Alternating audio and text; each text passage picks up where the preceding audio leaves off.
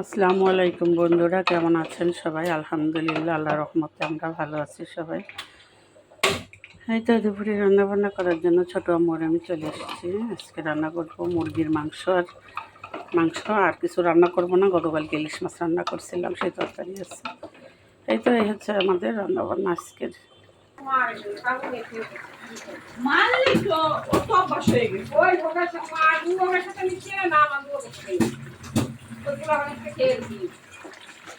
তো ওর তো এখন খেলারই বয়স,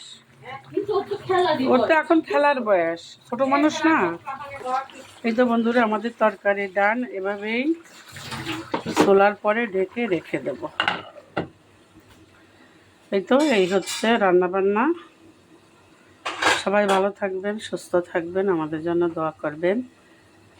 দেখা হবে, কথা হবে পরবর্তী ভিডিওতে। সেই পর্যন্ত আল্লাহ হাফেজ।